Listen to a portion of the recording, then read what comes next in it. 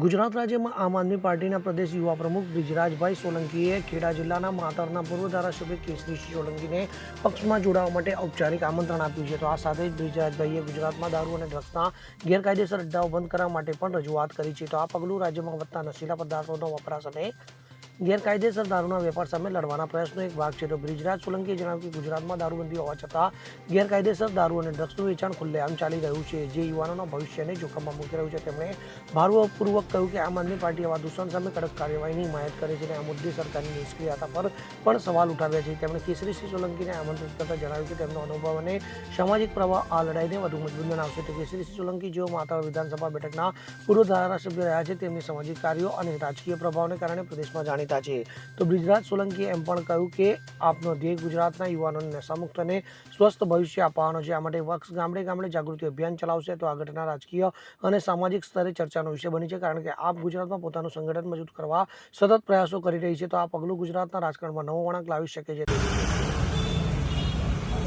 આજરોજ ભાવનગર શહેર સંગઠન આમ આદમી પાર્ટી તમામ હોદ્દેદારો અને કાર્યકર્તાઓ ભાવનગર કલેક્ટર સાહેબને રજૂઆત કરવા માટે આવ્યા છીએ, અલ્ટિમેટમ આપવા માટે આવ્યા છીએ કે જે રીતના ભાવનગર શહેરની અંદર દિન પ્રતિદિન જે દારૂના અડ્ડાઓ છે વધી રહ્યા છે, ડ્રગ્સ હોય, હિરોઈન હોય, ચરસ હોય, ગાંજો હોય, આ બધાનું વેચાણ, નશીલા પદાર્થોનું વેચાણ દિન પ્રતિદિન ભાવનગર શહેરની અંદર વધી રહ્યું છે.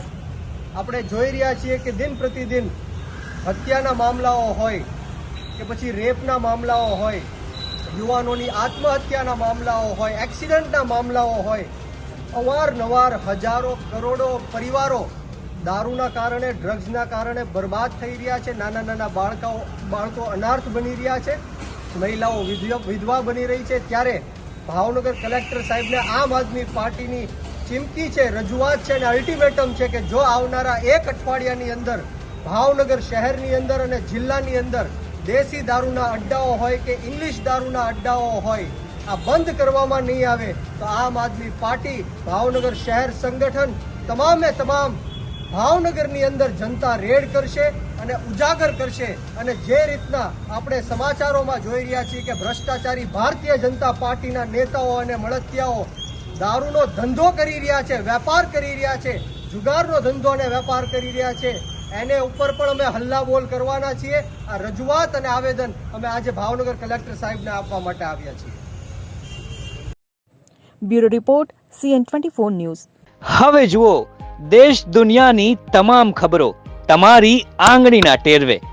ઉઠાવો મોબાઈલ અને Google Play Store પરથી ડાઉનલોડ કરો અમારી CN24 ન્યૂઝ મોબાઈલ એપ.